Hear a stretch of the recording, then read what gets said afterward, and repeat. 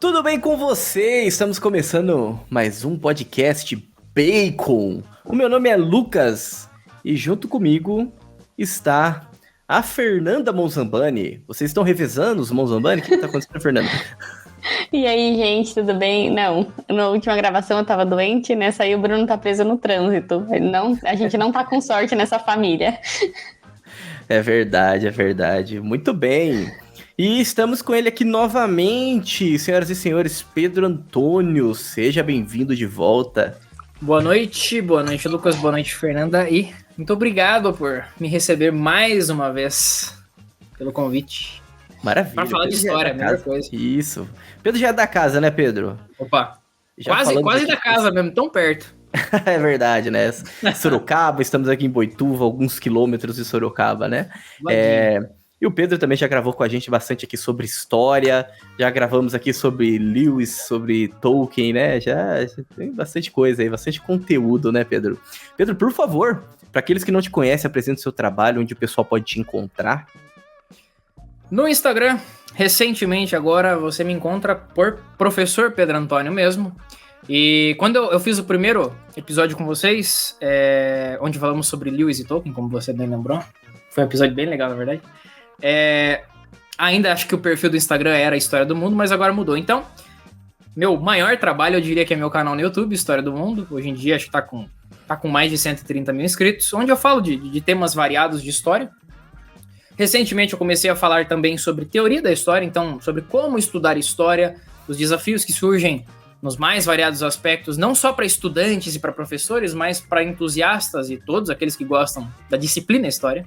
E daí no Instagram, né, como eu disse, Professor Pedro Antônio, você me encontra lá. Lá eu falo mais exclusivamente de teoria da história. Então, no canal você encontra temas variados, documentários, produções grandes, resenhas de livros. E no Instagram eu tenho esse trabalho um pouquinho mais focado. Mas é isso, no geral eu acordo pensando em história, vou dormir pensando em história, trabalho com história e amo. Maravilha, né? E esse podcast também aqui, nós somos apaixonados por história, principalmente ali para trazer, né, a verdadeira história, aquilo que muitas vezes é escondido. E nós sempre fazemos questão, né, de trazer o pessoal aí, né, você, Pedro Antônio, Tonon, a gente já trouxe aqui Edmilson Cruz, né, e tantos outros aí, né, para falar justamente sobre esse tema, né, e é isso, né, nós gostamos muito, sempre estamos falando de história aqui, né. E se você ainda não acompanha o Bacon Podcast, em todas as plataformas agregadores de podcast, no YouTube também você encontra, os links estão na descrição, seja os links também para você encontrar o trabalho do Pedro, os nossos links do Instagram para você acompanhar aí as estreias, certo? Esse podcast, ele estreia de quinta-feira às 20 horas, então todas as quintas-feiras, 20 horas, você terá um episódio novo aí na sua timeline, aí no seu agregador de podcast, no seu YouTube, e também nas terças-feiras, às 20 horas, na Rádio Shockwave, certo? Os links estão todos na descrição, inclusive do Apoia-se, né? Nós estamos ainda aí com a campanha do Apoia-se, justamente porque precisamos do seu apoio também financeiro para poder manter esse podcast. Os gastos, né, que nós temos, graças a Deus não temos gastos com os convidados, né? Os convidados sempre vêm aqui com muita boa vontade, né, para poder dar um conteúdo aí gratuito para você. E sempre são convidados excelentes, né? Se você já é nosso ouvinte, você sabe muito bem que aqui a gente costuma caprichar nos convidados, certo?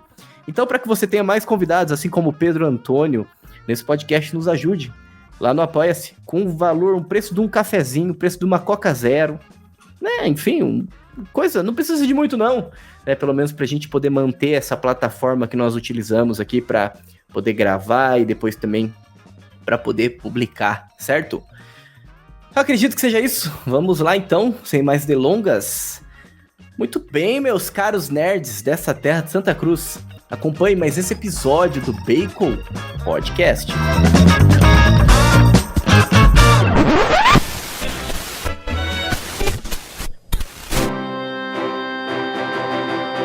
Bacon Podcast.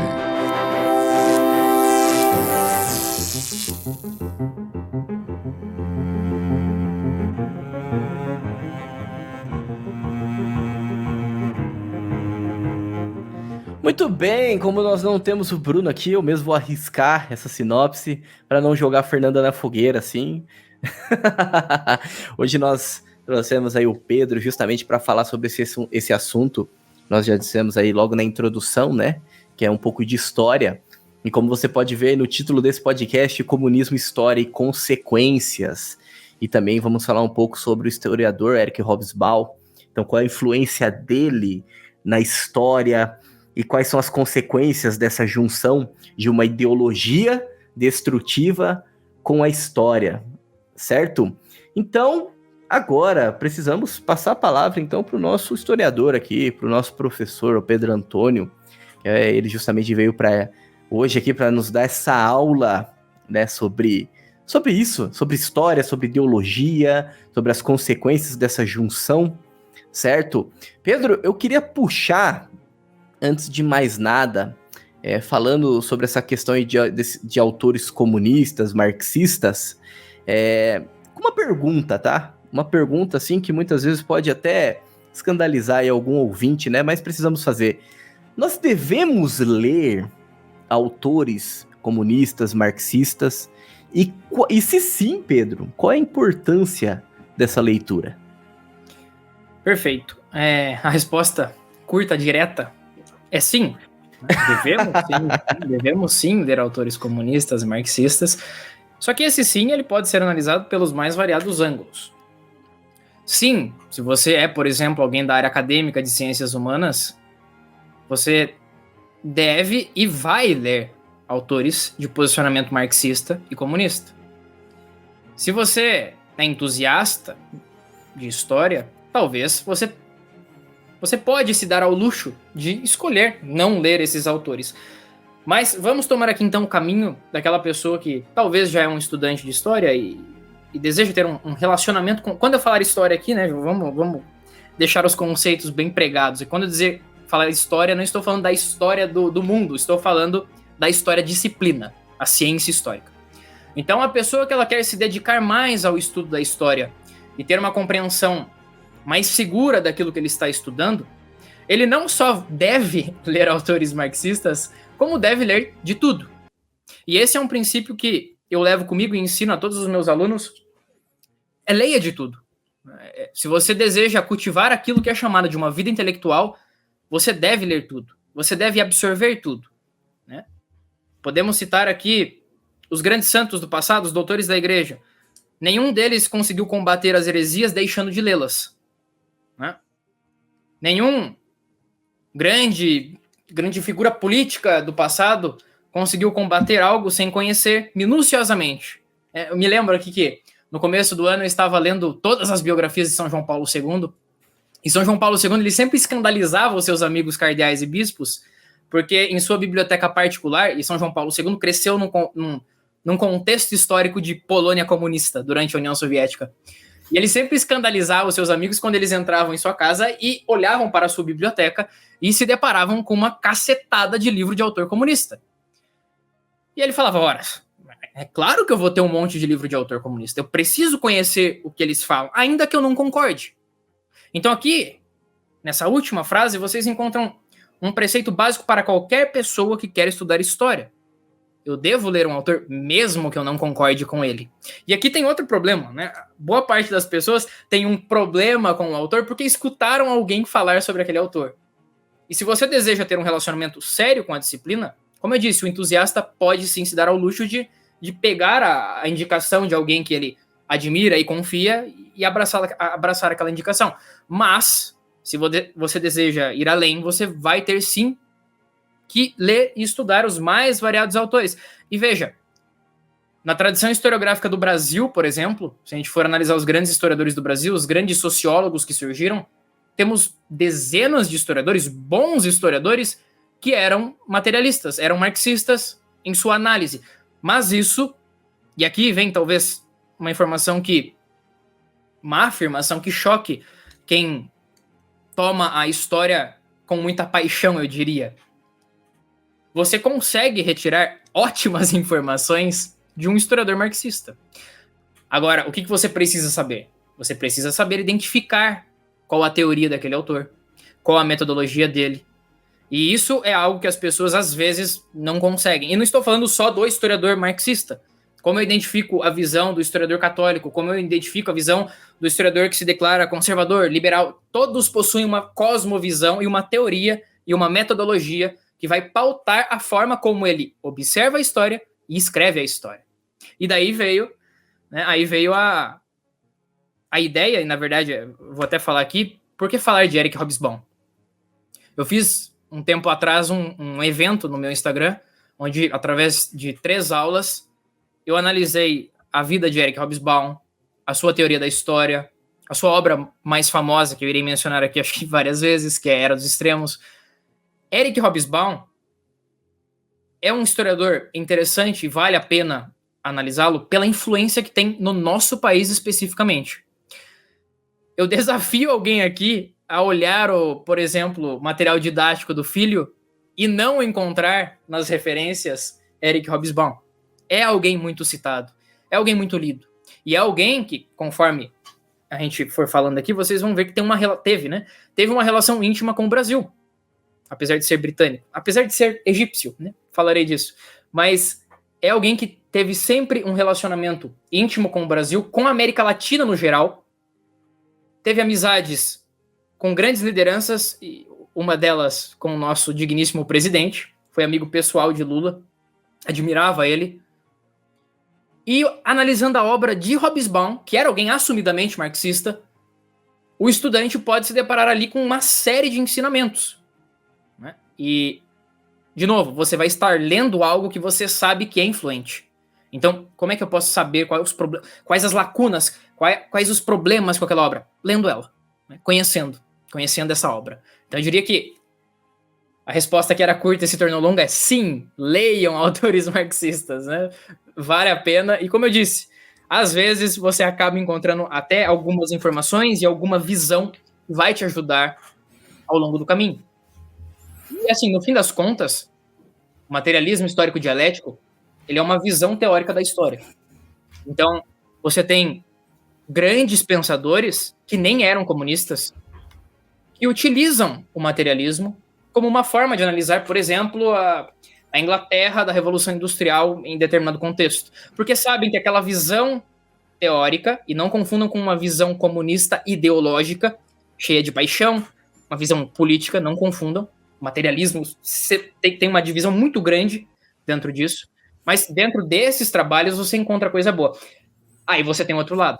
Você tem o trabalho cheio de paixão, cheio de ideologia. Um trabalho que ele escorre vermelho, por assim dizer, em vários aspectos. E esses trabalhos, quando são influentes, são problemáticos nos mais variados aspectos. Perfeito. Então, você citou aí Eric Hobsbawm, que inclusive amigo aí do Lula, né? Enfim. Do Nine. Do Nine, exatamente. Eu não sei, você teria, assim, alguma informação sobre a vida dele, sim. Vamos fazer o contexto histórico pessoal, né? E como esse contexto histórico pessoal, como o período, né? Enfim, determinados períodos que ele viveu influenciaram na obra dele? Assim, esse é um ponto muito interessante para qualquer estudante. A relação entre a vida de um autor e sua obra sempre é algo que causa debates acirrados nos mais variados ambientes. Não estou falando nem só de Hobsbawm, né? Tal autor da literatura levou uma vida depravada, devassa, terrível, mas a sua obra é genial. E a gente fica naquela, né? Meu Deus, e agora, né? Eu leio ele, não leio, porque eu sei que ele não valia nada. E a gente fica nessa. E também para trabalhos historiográficos, né, das ciências humanas, às vezes existe esse debate também. Né? Mas olha a vida do cara, olha isso, olha aquilo. Bom, no geral, essas picuinhas mais pessoais não devem nem entrar no debate, porque não tem nada a ver com o trabalho em si. Mas, quando a vida do autor influencia profundamente a sua atuação enquanto acadêmico, aí sim é interessante você fazer essa comparação. Então, Hobsbawm é alguém que, primeiro, viveu muito. Hobsbawm nasceu em 1917, no ano da Revolução Russa, o que não poderia ter sido uma coincidência maior, porque era alguém que adorava a Revolução Russa, considerava, junto com a crise de 1929, os grandes eventos do século XX. Então, nasceu em 1917 e morreu em 2012. Então, é alguém que viveu muito, observou muito, teve muita influência e contato com grandes lideranças. Assim, se você ignorar a questão da ideologia, é uma vida incrível, né? E quando eu fui fazer esse evento, eu li as biografias de Hobsbawm, a sua autobiografia, e realmente, assim, alguém que vive tanto geralmente já é impressionante. Alguém que vive tanto e tem contato com tanta pessoa, tantas figuras influentes é mais impressionante ainda. Sem contar o tanto de desgraça que ele deve ter vivido, né? Não, que, cara, é bizarro. Nasceu num período bom pra caramba, hein? É bizarro. Então ele nasce, veja que interessante. Ele nasce em Alexandria, no Egito. Hobsbawm, por nascença, é egípcio. Mas, assim, em sua autobiografia ou ao longo de sua vida, em suas entrevistas, não menciona Egito. Ele sai realmente criança de lá, mas não existe vínculo algum, biograficamente falando, de Eric com o Egito. E ele sai de lá e vai para Viena. Então a sua adolescência vai ser na Viena.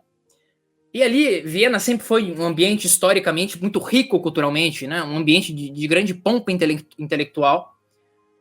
E assim, algo que é inegável é que Hobsbawm, desde cedo, desde criança, no caso, apresentava já sinais de ser, sim, alguém de intelecto muito grande. Assim, uma coisa é os problemas ideológicos, mas você percebe quando uma criança consegue absorver tanta literatura, tanto conhecimento, aprender outros idiomas, enquanto ainda é uma criança, você percebe que tá um pouquinho para frente da curva. Então, é alguém que sempre gostou de ler, e isso é algo que quando eu fiz o evento eu falei para meus alunos, aprendam isso com Hobsbawm, né? Hobsbawm devorava a literatura. E tem muita pessoa que vai estudar história e acha que literatura assim, não importa. Não, por que eu vou ler literatura? Eu não sou professor de português, mas assim, literatura, eu diria que sem literatura eu não seria historiador. E no caso de Hobsbawm, veja, a coisa que mais elogiam ele, e acho que talvez seja o porquê das obras dele terem atingido uma massa muito grande, e uma massa de leitores que nem eram estudantes de história, não. Seus livros venderam muito, assim, para pessoa comum, que entusiasta de história. Eric Hobsbawm escrevia muito bem. Os seus textos, assim, são fáceis de ler, de absorver, né? Então, ele conseguia atingir muitas pessoas, mas ele mesmo dizia que ele só conseguia escrever dessa forma pela influência, pela bagagem literária que ele tinha. Então, eu digo para os meus alunos sempre, né? Leiam literatura, porque melhora a sua própria escrita, e também porque através da literatura aprendemos sobre contextos históricos com ela.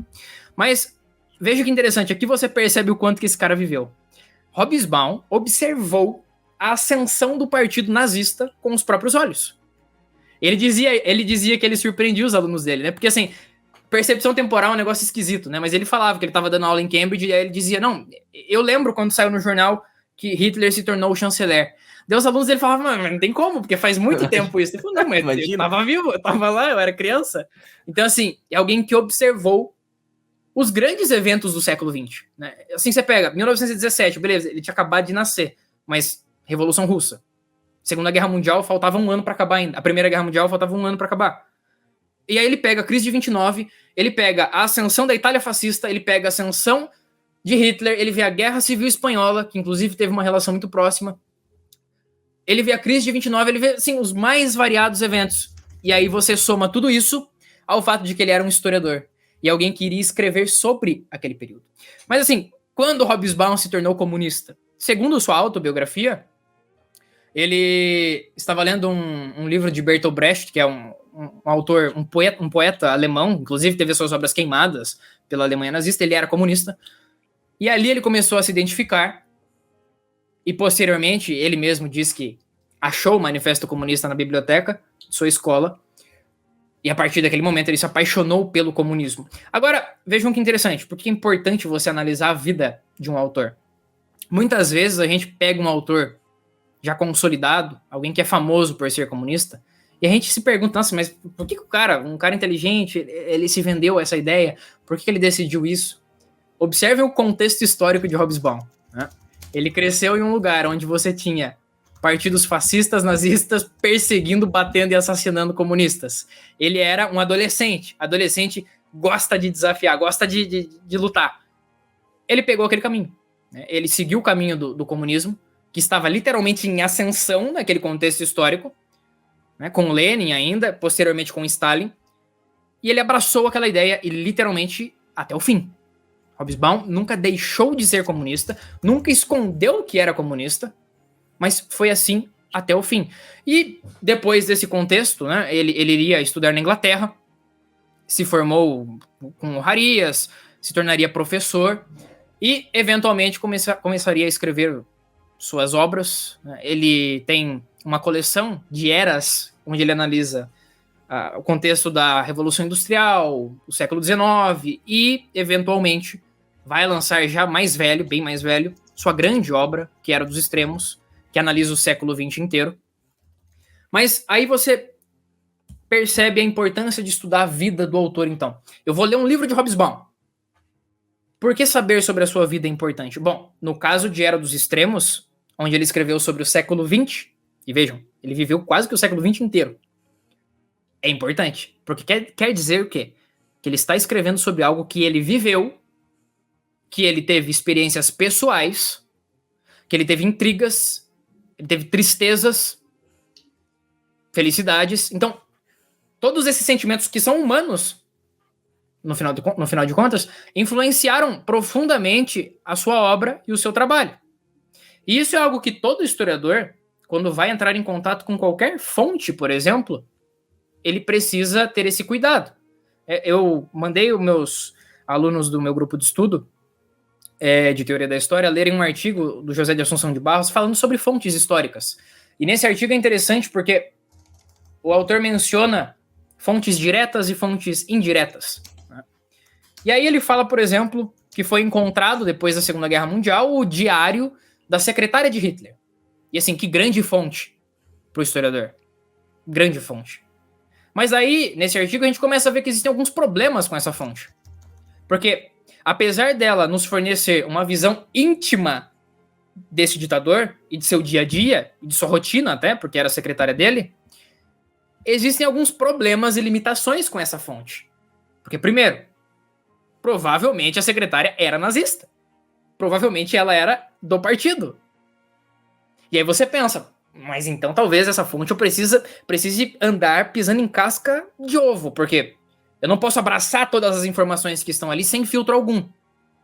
Preciso de um conhecimento teórico e metodológico para lidar com aquilo. Aí entra outra questão. Como não julgar moralmente, eticamente, uma fonte dessa? Somos seres humanos, todos julgamos. Eu trabalhei com os meus alunos numa aula o tema da imparcialidade e do julgamento na história. Veja, imparcialidade no trabalho historiográfico não existe. Assim, não é chocante, parece chocante, mas não é. Por quê? Todos temos alguma posição e alguma influência cultural sobre os mais variados temas. Então, eu já recebi elogios de vídeos meus, falando, nossa, um vídeo muito imparcial, tal. Eu agradeço, mas eu sei que tem valores meus ali. Eu, Pedro, fui criado em tal família, sou católico, sou santista, sorocabano, enfim, tem uma série de fatores que todo ser humano vai ser influenciado. No caso do historiador, não é diferente. Todo historiador é influenciado por alguma coisa. E no caso de Hobsbawm e de seu trabalho, essa influência é pujante, né? Ela é, assim, escancarada. Como agir, então, neste caso? O que eu disse para os meus alunos é algo que eu aprendi com outro historiador chamado Carlo Ginzburg, que ele dizia que talvez não, ainda que a imparcialidade seja algo impossível, nada impede que o historiador trabalhe tentando buscar ela, mesmo que nunca consiga alcançá-la.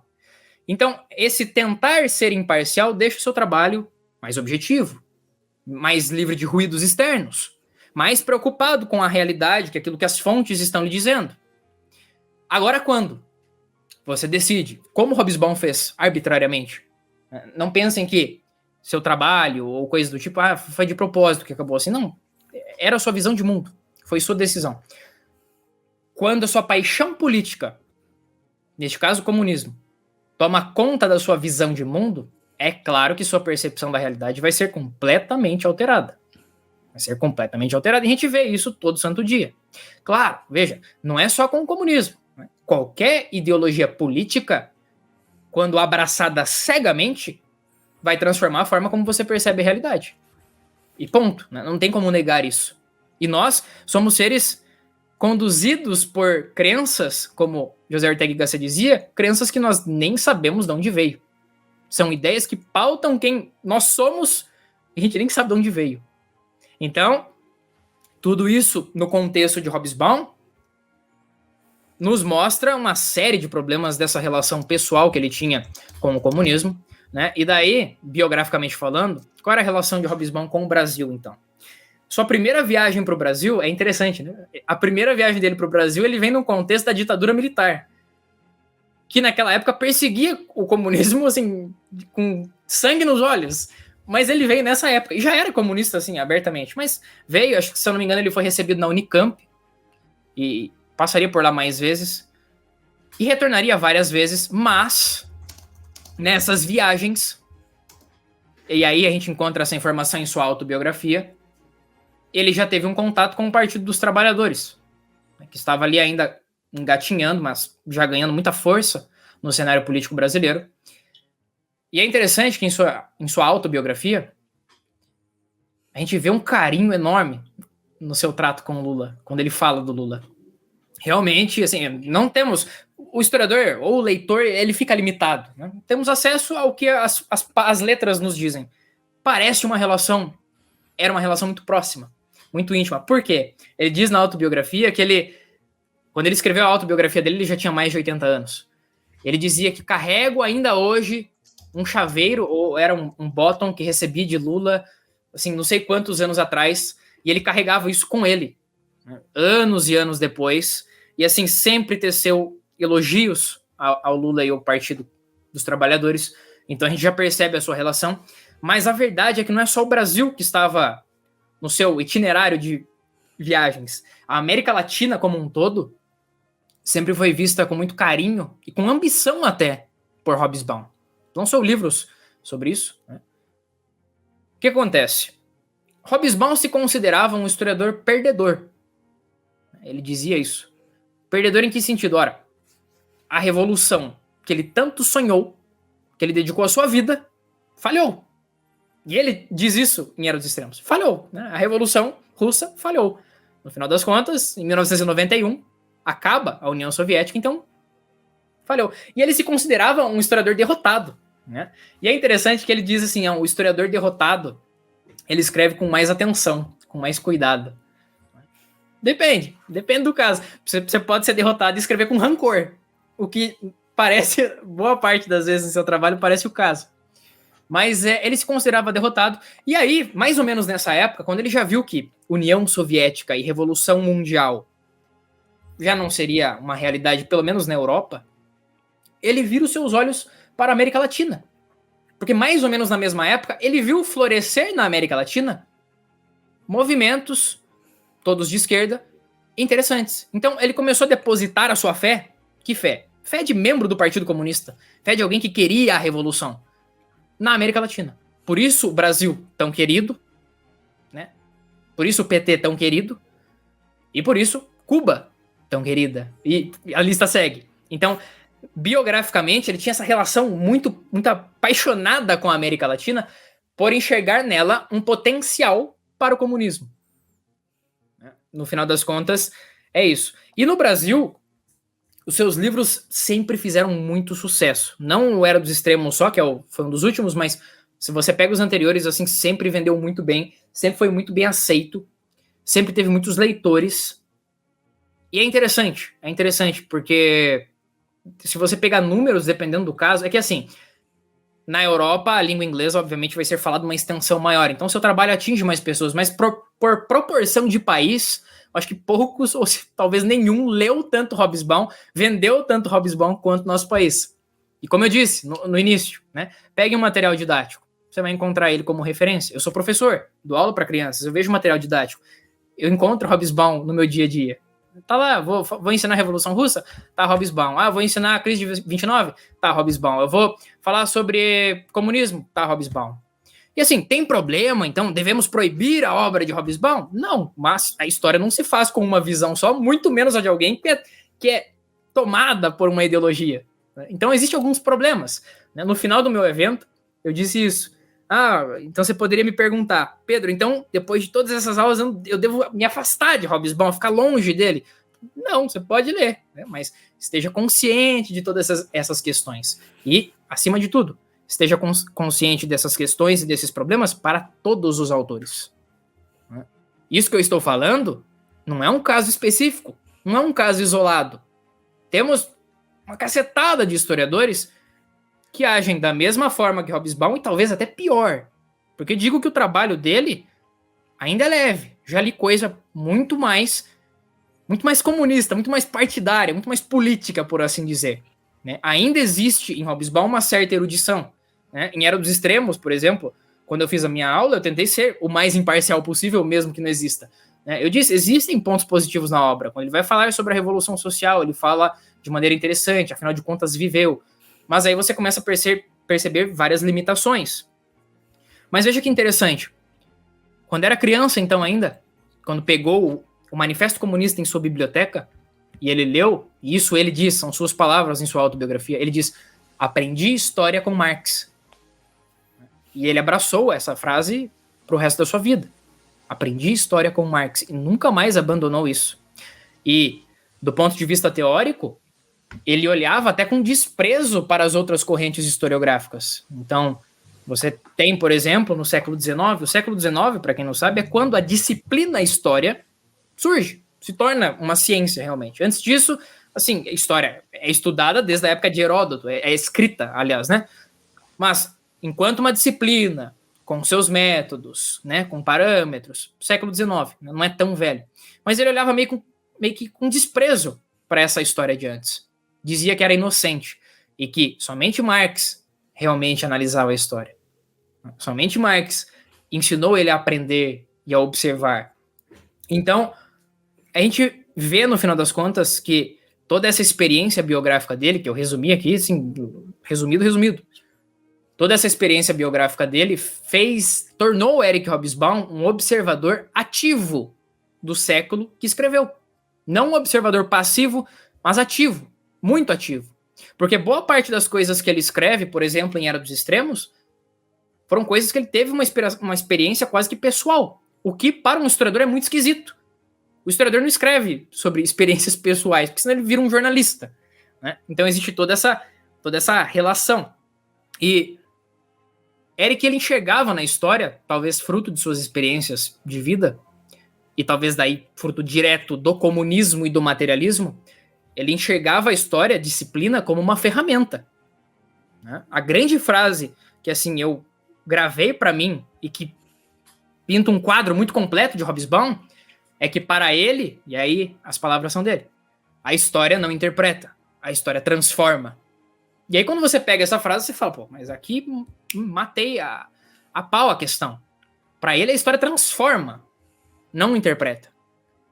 Vemos que a sua posição com a disciplina é completamente ativa, completamente política. Não seria exagero dizer. Se a história transforma, ela não interpreta. Aí você já joga fora muito preceito teórico, você já abandona a tentativa de atingir aquela imparcialidade que é impossível, mas você vê julgamentos, você vê negligências em seu trabalho. Negligência o quê? Quando tem que criticar o que deve ser criticado. Quando tem que falar dos terrores da Revolução Russa. Assim, não fala. Por quê? Porque eu tenho um compromisso pessoal com aquilo. Porque entra na ideologia também, né? É um estudo de história ideológica. Né? Ela coloca a trave no seu olho e você sabe que aquilo é errado. Mas, assim, uma das coisas que estourou enquanto ele estava vivo ainda, né, e vocês podem pesquisar no YouTube, você acha legendado, inclusive, acho. Hobsbawm e União Soviética, entrevista. Acho que aparece.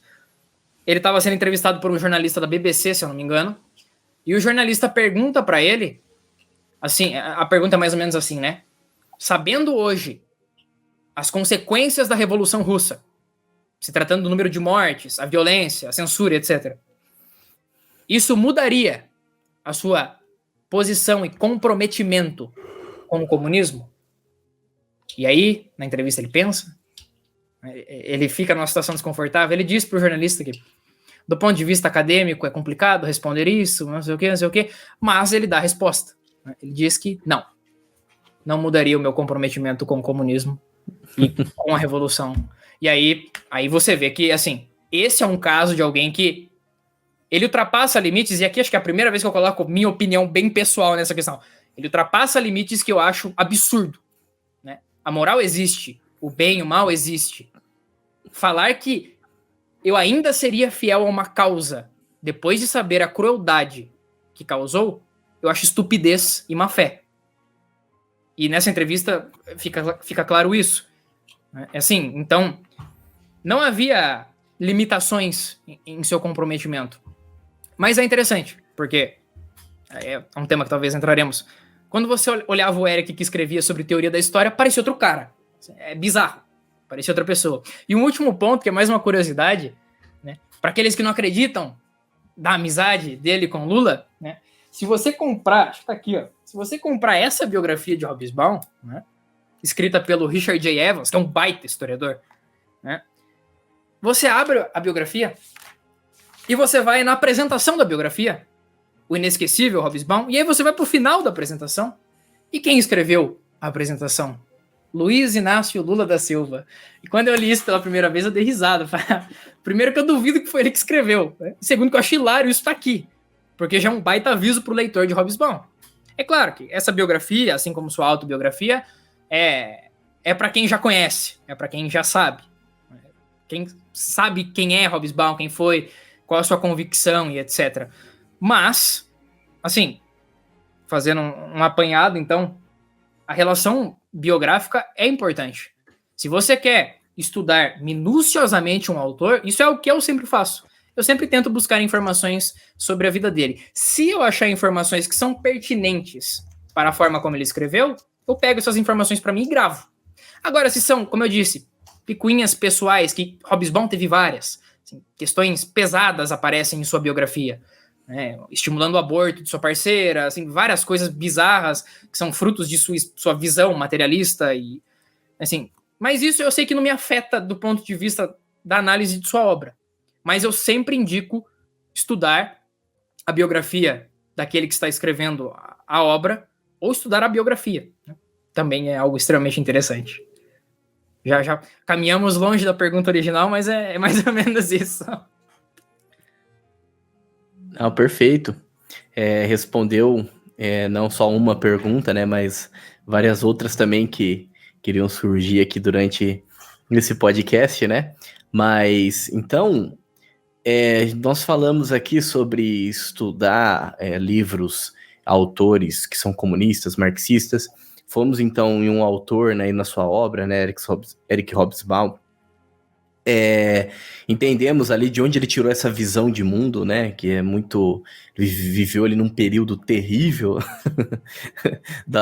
um período moderno ali terrível, né? Inclusive, eu posso falar da obra, né? Acabei não falando da obra dele. Sim, por favor. Então, falar, tipo, não só da obra dele, né, mas como que funciona como que o comunismo também influencia nessa escrita dele. O grande livro, como eu disse, de Hobsbawm é A Era dos Extremos. É um livro que analisa o século XX. E quando eu estava estudando o Hobsbawm, né, o que eu não faço muito é comparar livros, mas eu decidi fazer esse exercício comparando a Era dos Extremos, que é um livro de história do século XX, com um outro livro que eu gosto muito de história do século XX, de um historiador chamado Martin Gilbert. E quando você coloca as obras lado a lado, né, você lê elas de cabo a rabo, e aqui vem mais uma colocação pessoal minha, né? Leia Era dos Extremos e veja que conclusão você chega. Eu não acho que Era dos Extremos é uma obra historiográfica. Eu acho que é uma obra jornalística e de opinião pessoal. Né? Por quê? Primeiro, o que é uma obra historiográfica? Uma obra feita por um historiador que analisou fontes, que teve método, que tem uma visão teórica e que faz aquela construção dentro dos parâmetros daquilo que chamamos de ciência histórica. Obra historiográfica. Né? Quando eu olho a história do século XX, então, do Martin Gilbert, me parece uma obra honesta, historiográfica. Temos ali começo do século XX, ele vai passando ano após ano, analisando os grandes eventos. É claro, é uma obra que faz generalizações, não tem como você analisar o século XX em um livro, impossível. Mas dentro dos níveis aceitáveis e da proposta da obra, ele faz uma análise sobre assim, os mais variados contextos históricos. Você não vê grandes colocações pessoais de Gilbert em sua obra. E assim, um livro normal, eu indico para várias pessoas, não é o livro sobre o século XX, assim, não, é um bom livro. Mas quando você pega a Era dos Extremos, que é um livro que quando foi lançado no Brasil já vendeu mais de 265 mil cópias, quer dizer, hoje em dia eu já nem sei onde foi parar esse número. Ele foi lançado tem 30 anos, basicamente. Então eu imagino que passe de 1 milhão, né, a quantidade de cópias vendidas. É um livro que, então, é um livro de história do século XX. Tá, mas peraí. É mesmo um livro de história do século XX? O recorte que ele faz temporal de sua obra, se você pegar o livro, o século XX dele vai até 1991. E aí, sumiu alguns anos aqui, né? Mas é a escolha dele. E ele analisa de 1914, então, quer dizer, ele começa o século XX 14 anos devendo. De 1914 até 1991, que é o final da União Soviética. Então já temos uma escolha de recorte temporal, uma escolha muito arbitrária, por assim dizer, né? Ele decidiu analisar o século XX olhando a Primeira Guerra Mundial até a queda da União Soviética. Até aí tudo bem, porque recortes temporais específicos vários historiadores fazem, né? Então, não tem como eu analisar a Idade Média inteira. Então, eu escolho algum recorte historiográfico específico, algum recorte temporal específico, facilita o trabalho do historiador. Mas essas escolhas, quando você vai ler o livro dele, Era dos Extremos, você vê que é uma escolha de cunho muito pessoal. E assim, algo que eu digo é nunca apure o prefácio de livros, porque no prefácio de Era dos Extremos está uma resposta para toda a obra. No prefácio de Era dos Extremos, Eric Hobsbawm escreveu, ele já avisa o leitor, ele diz assim, né? Este é um livro que escrevo sobre um período e uma época que eu vivi. Eu escrevo este livro sabendo das limitações que eu tenho de fontes, porque muitos eventos ainda estão sendo descobertos, né? E assim, ele avisa o leitor, ele diz para o leitor, eu estou escrevendo sobre algo que eu vivi, eu estou escrevendo sobre algo que eu não tenho todas as fontes. Por quê? Porque temporalmente é impossível, né? E aí, beleza. Você pega essa informação e parte para o livro. E você vai analisando. E aí, se você sabe um pouquinho da biografia de Hobsbawm, o pouquinho que eu disse até aqui, por exemplo, você vai ler as suas colocações sobre a Revolução Russa, ou quando ele vai falar sobre o comunismo no geral, você vê ali alguém se segurando. Você vê alguém ali falando com admiração, com carinho em figuras como Lenin e Stalin. São as grandes figuras do século XX. E aí você fala, opa, mas tem coisa errada aqui, né? Porque não era para ele estar endeusando esses caras. Talvez você veio da obra do Gilbert, e aí você vem pro Era dos Extremos, você acha estranho. Mas esse é o valor de se ler de tudo, né? Esse é o valor de se ler de tudo. Você começa a perceber essas lacunas de visão de mundo que existem entre os autores. Mas Era dos Extremos é uma obra muito esquisita, né? E por quê? É uma obra que, por exemplo, e Eric Hobsbawm veio de família judia, isso torna as coisas mais esquisitas ainda. Mal cita o Holocausto. Que livro do século XX ignora o Holocausto? Que livro do século XX não gasta pelo menos um capítulo falando da Alemanha nazista ou de Hitler? E essas coisas não passaram batidas. Quando o livro saiu, né, na biografia do Richard J. Evans, ele mostra um pouco da crítica que saiu na época. A galera perguntou, mas cadê o Holocausto no seu século XX? Né? Sumiu? Não aconteceu?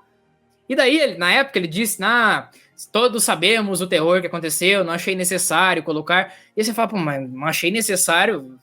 Sua opinião pessoal é uma coisa. Agora, um trabalho historiográfico sobre o século XX teria de colocar na conta um evento desse tamanho.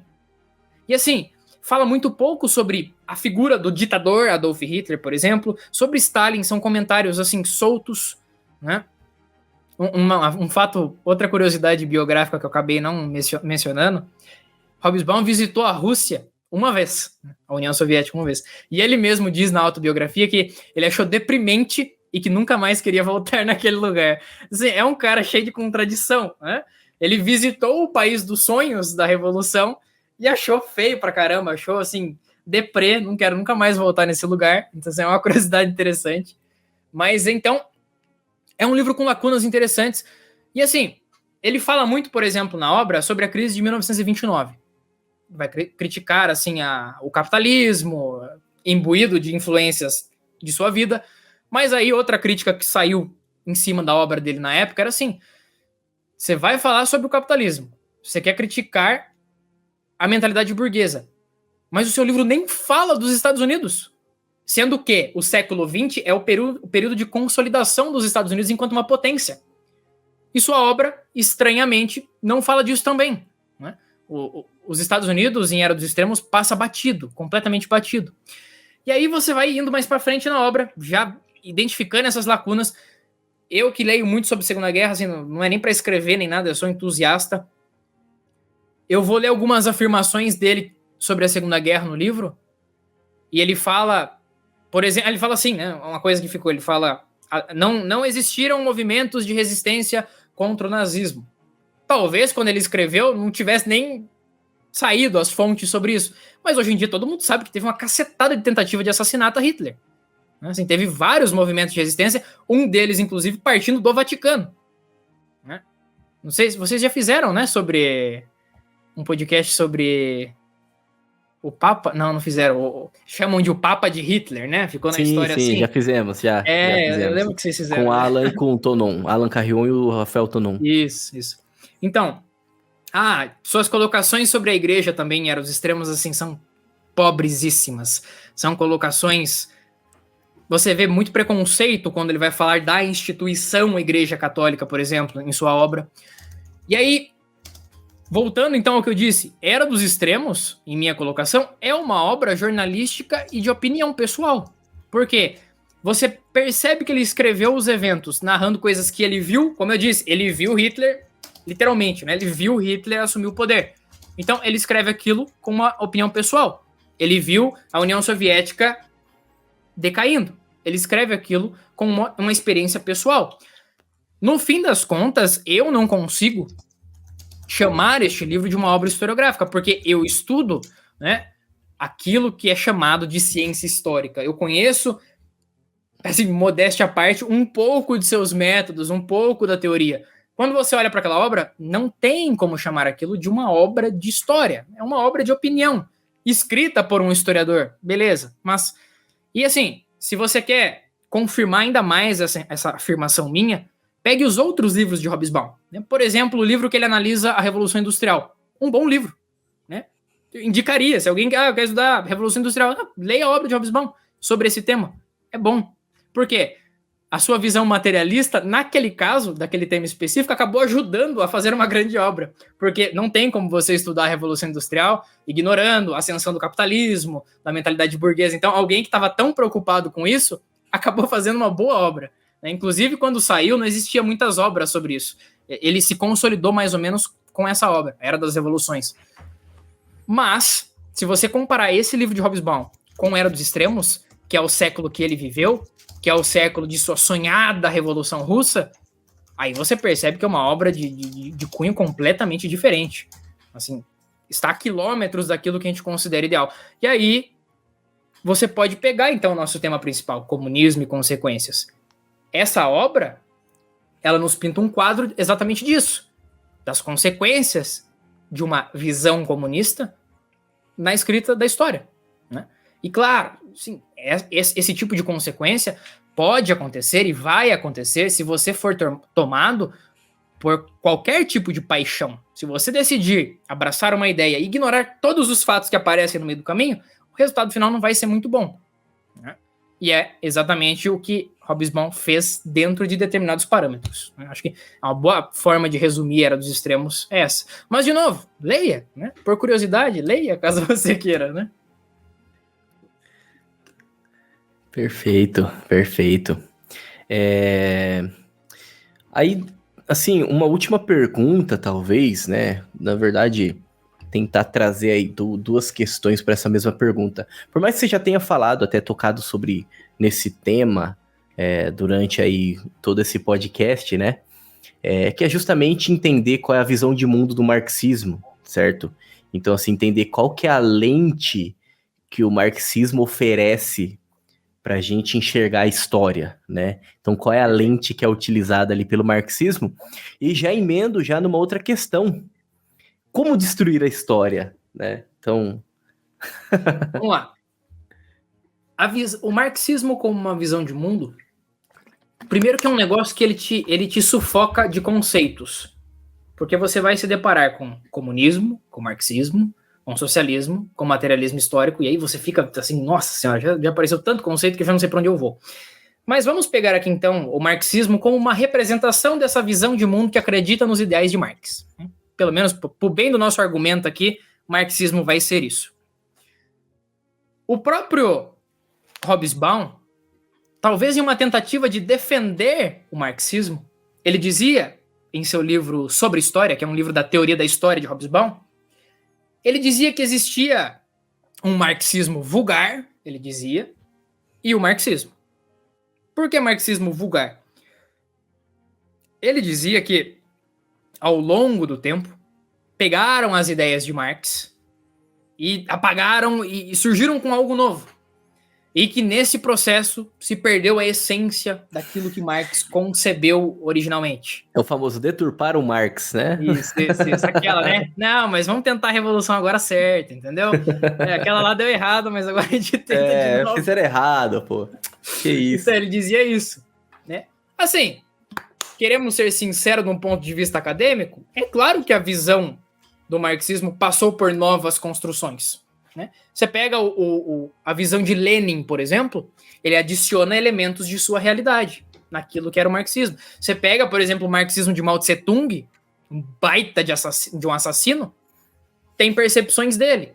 Né? Você pega algo que eu acho que já nem é mais marxismo, você pega aquilo que existe na Coreia do Norte, adicionou várias coisas de sua realidade.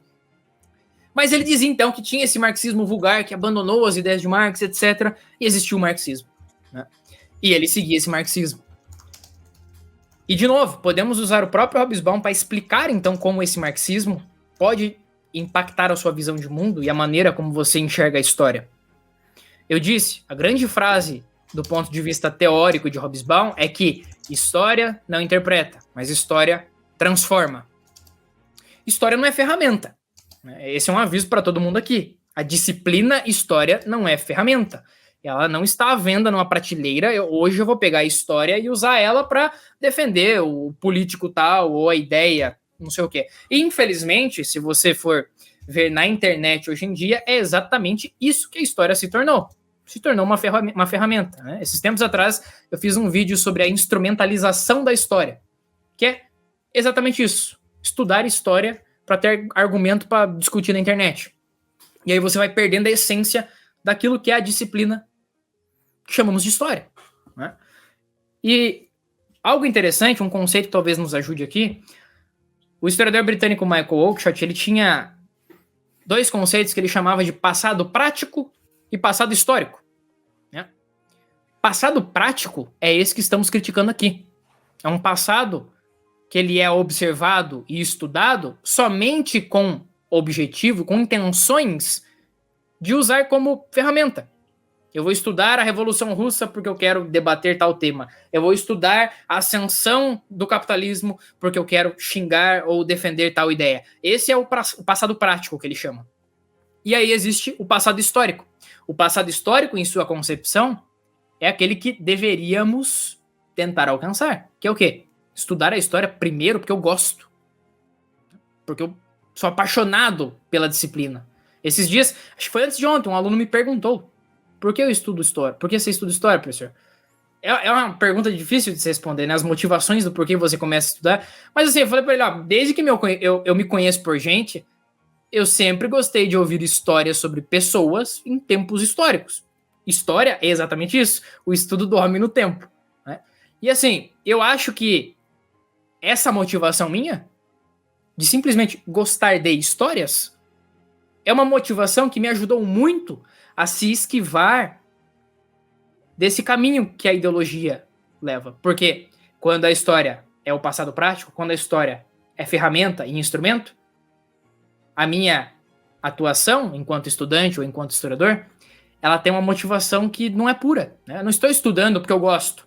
Estou estudando porque a minha história precisa transformar. Eu estou estudando porque essa história que eu estou escrevendo aqui vai ajudar os ideais da Revolução XYZ. Né? Então, devemos valorizar e buscar este passado histórico. Mas no caso do marxismo, né, assim, não vou nem dar a ilusão de que eu consiga explicar todas as consequências que existem do ponto de vista da construção historiográfica ou da visão de mundo. Se quisermos pegar esse quadro mais simples, né, a pessoa decidiu se tornar marxista, não o estudante de história ou o historiador. Né? Bom, você fez a sua escolha, beleza. Você escolheu uma ideologia que ela está totalmente presa ao mundo material. Ela nega a transcendência. Né? Inclusive, assim, nos livros de Hobsbawm, todos, né, o transcendente não existe. Nem mesmo como mentalidade. Porque, beleza, eu sou ateu, não acredito no... Vamos supor que eu sou ateu, não acredito em nada. Mas se eu sou um historiador honesto, quando eu vou analisar a cristandade, eu preciso compreender Deus. Eu preciso compreender os santos. Eu preciso compreender que existia ali, naquela mentalidade, a transcendência. Em Hobsbawm, a gente percebe uma limitação. Né? Talvez a sua dedicação ao materialismo e ao marxismo se tornou tão forte que a negação a tudo que é transcendente tomou conta do trabalho. Então, esse é o primeiro ponto.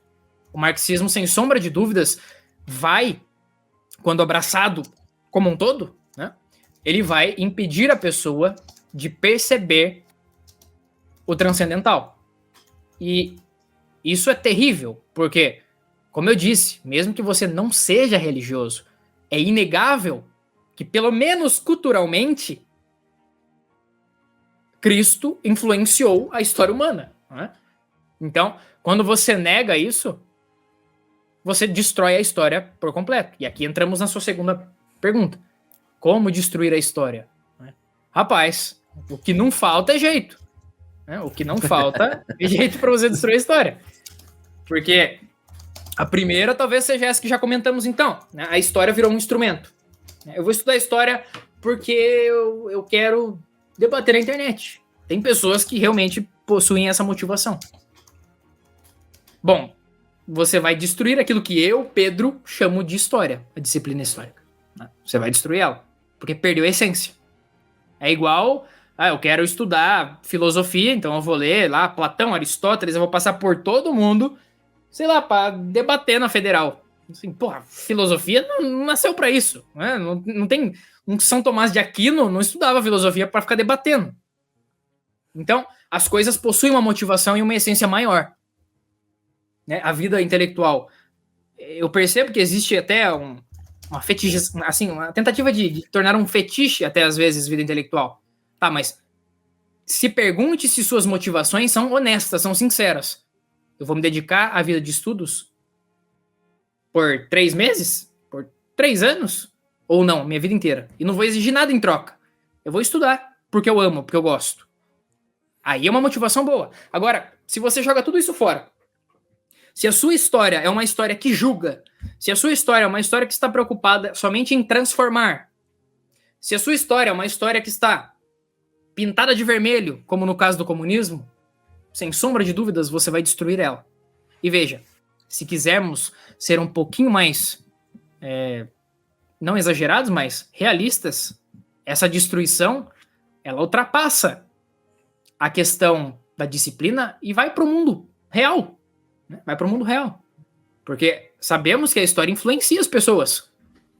Influencia diretamente. Né? Cria movimentos, cria revoluções. Olha a Revolução Francesa. Olha a Revolução Russa.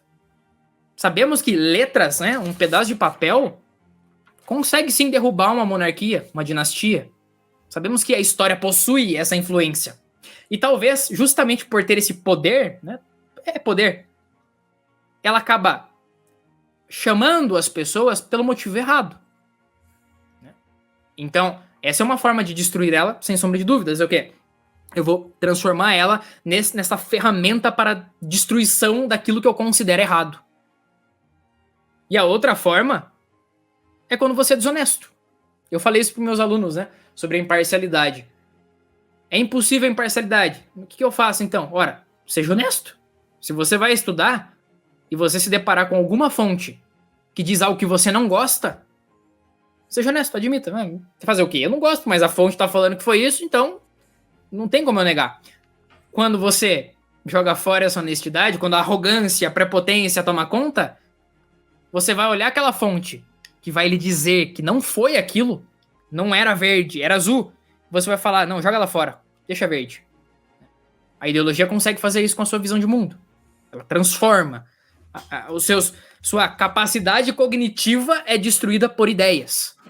Isso acontece num nível real. Não sou neurologista para falar, mas conseguimos transformar a nossa percepção de mundo, biologicamente até falando, né? Eu escrevi o meu artigo da pós-graduação chamado Heurísticas e Vieses no Processo de Construção de Aprendizagem. Heurísticas e vieses vem assim, na verdade a palavra existe nos mais variados cenários. Eu peguei a heurística e vieses do falecido Daniel Kahneman. Faleceu, acho que tem 2 meses mais ou menos. E basicamente é o quê? Vieses é o que significa mesmo. São ruídos, são influências em nossas ideias. Eu tenho viés, por exemplo, eu, Pedro Católico, quando vou falar sobre o comunismo, eu tenho os meus vieses. Tenho sim, né? Posso tentar ser o mais sincero, o mais objetivo possível, mas eu vou ter os meus vieses. E a heurística, dentro do meu artigo, seria o quê? O nosso cérebro, ele faz isso automaticamente. Quando ele se depara com alguma questão muito difícil, não só uma questão intelectual, mas alguma situação, algum cenário na nossa vida, o nosso cérebro automaticamente ele faz um processo que ele busca uma solução mais fácil para resolver aquele problema. Só que, às vezes, essa busca de uma solução mais fácil vai estragar a sua resposta e a sua percepção do problema. Então, nós somos influenciados completamente por esse tipo de coisa. E imagine, né, quando, se tendo consciência dessas coisas, já somos influenciados, esses vieses e heurísticas vão tomar conta da nossa vida, quer você queira ou não. Imagina quando, junto com isso, eu abraço uma ideologia que tem uma capacidade destrutiva enorme. Uma ideologia que eu sei que já custou milhões de vidas ao longo da história. Então, assim, cada historiador faz as suas escolhas. Se a sua escolha é abraçar uma ideologia que custou tanto e que continua custando e que ainda busca a destruição de várias coisas que daí, sim, pessoalmente eu considero as coisas mais valiosas para mim, eu sei que essa ideologia tenta destruir nos mais variados níveis. Marx dizia que religião era o ópio do povo, né? Pô, se botar o Marx na minha frente falando isso, eu dava um soco no queixo dele, mas enfim. Isso é eu não sendo imparcial. Isso são as minhas visões de mundo, né? Quando eu, por exemplo, falava para vocês que eu lancei um vídeo sobre São Luís, né? Pô, eu escrevi aquele vídeo, você vai assistir o vídeo e fala, nossa, Pedro, mas que paixão você escrever esse vídeo, né? Que admiração. Falo, óbvio. Eu sou católico. Quando eu vejo a história de um homem daquele, é óbvio que eu sinto admiração. Da mesma forma que o comunista Hobsbawm, quando ia falar de Lenin ou de Marx, falava com um orgulho enorme, né? Mesmo sabendo das atrocidades que cometeu. Então, assim, somos motivados por várias coisas. E se não domarmos essas paixões, se elas tomarem conta da nossa relação com a história, vamos destruir ela. E aí falo isso não só para o estudante ou para o acadêmico, para você que gosta de pegar um livro de história e ler. Fulano me indicou um livro de história legal, eu vou ler. Tá, leia, mas tenha consciência de que quem escreveu aquele livro, ele fez as suas escolhas. Ele foi influenciado por certas coisas.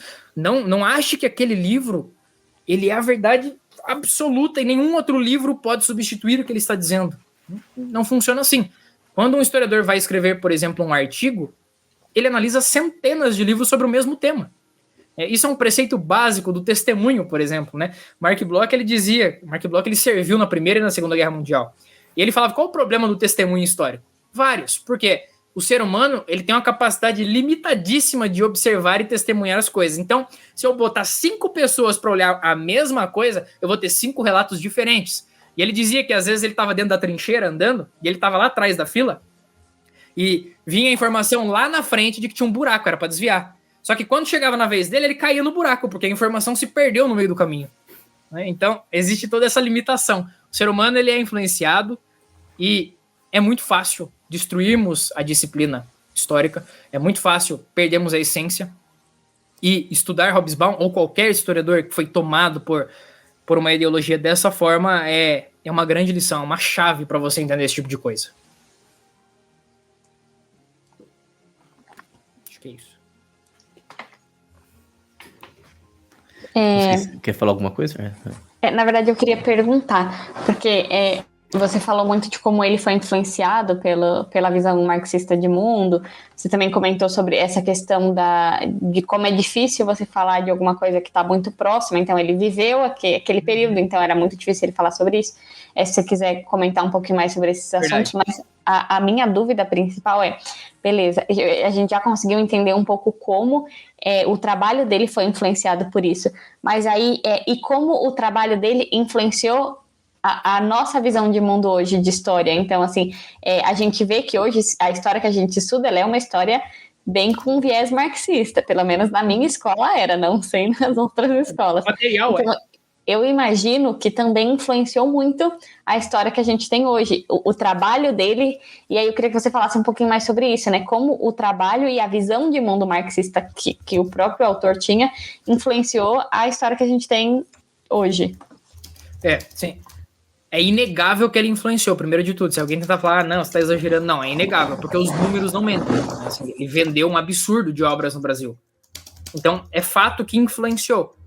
E assim, quando eu pego os materiais didáticos, eu vou olhar, por exemplo, um texto sobre a Revolução Russa, e assim, isso já aconteceu comigo várias vezes. Quando eu fui fazer o meu evento sobre o Hobsbawm, eu fiz uma pesquisa de vários materiais didáticos e você encontra vários onde, às vezes, tratando de um tema enorme, o único cara citado é o Hobsbawm.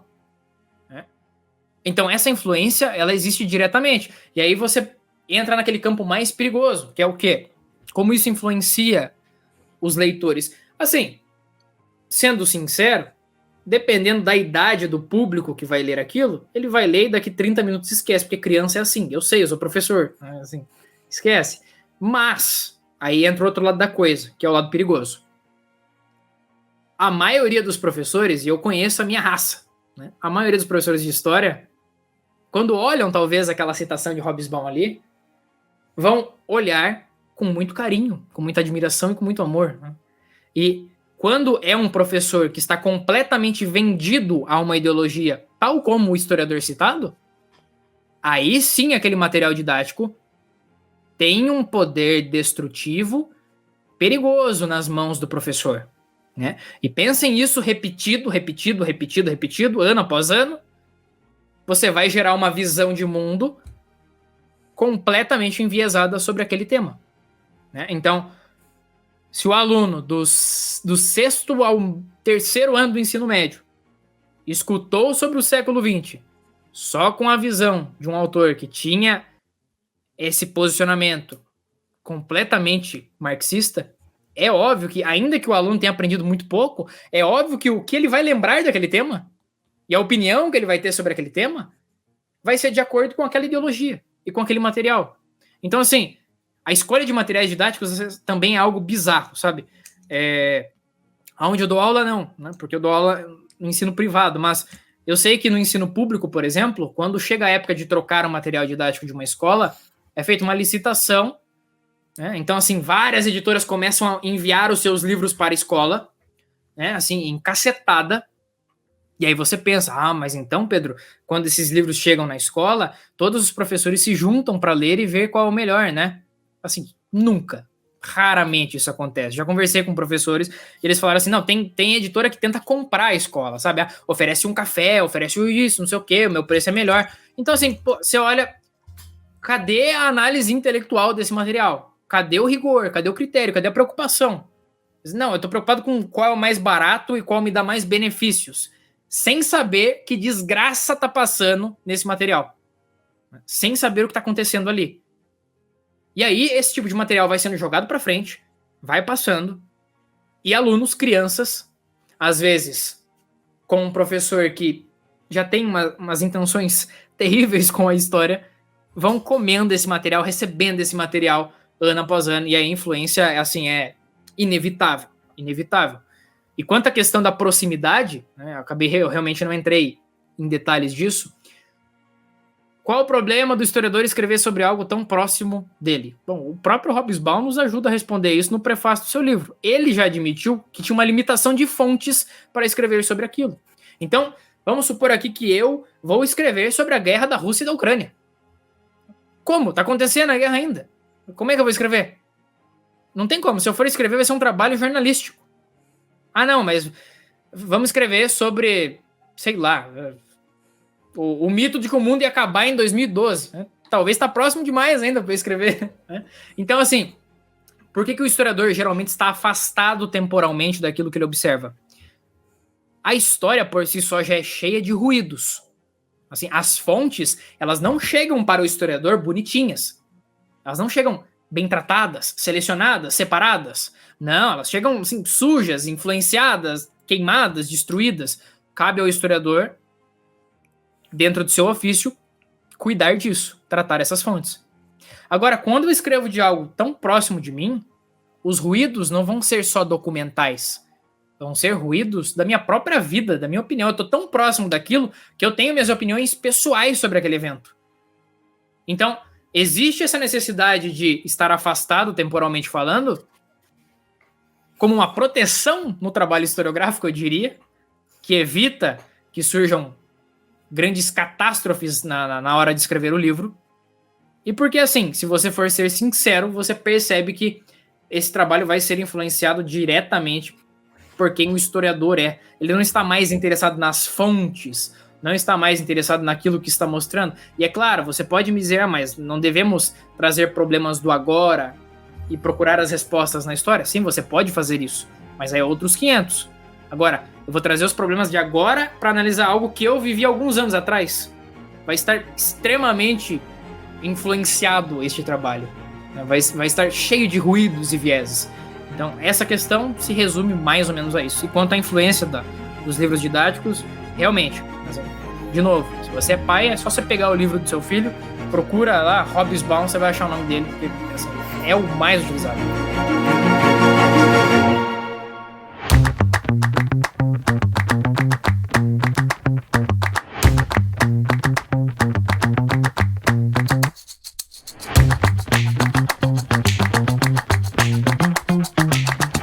Muito bem, estamos concluindo mais um episódio do Bacon Podcast.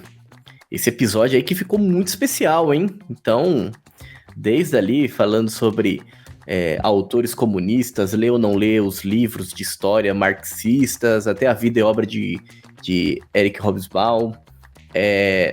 Falou agora também, mais pro final, sobre escrever sobre algo próximo, né? Falou também o professor aí sobre o marxismo como visão de mundo. Enfim, né? E como destruir a história, enfim, então muita coisa, muito conteúdo de primeira classe aqui, né? Muito obrigado, viu, Pedro? Muito obrigado mesmo aí, mais uma vez, por estar aqui, disponibilizando o seu tempo, o seu conhecimento. Imagina. Sinta-se sempre em casa, tá bom? Volte sempre. Pode deixar. Pode deixar. Maravilha, se vocês ainda não seguem o Pedro, todos os links aqui para acompanhar o trabalho dele estarão na descrição, assim também como o do Bacon, assim como eu falei lá no início do podcast, os links estão aqui na descrição para facilitar o seu caminho. Então compartilhe esse episódio se você gostou com seus amigos, familiares. Por favor, se inscreva no nosso canal do YouTube se você ainda não é inscrito. Deixe o seu like, né? Geralmente isso aqui eu tenho que falar no início, né? Mas eu esqueci, então tô falando aqui no final, certo? E se você chegou até aqui, compartilhe com alguém, né? Para que aumente aí cada vez mais o alcance aí do Bacon Podcast, certo? Agradeço você que nos acompanhou até esse momento. Fique com Deus e que a força do Bacon esteja com você.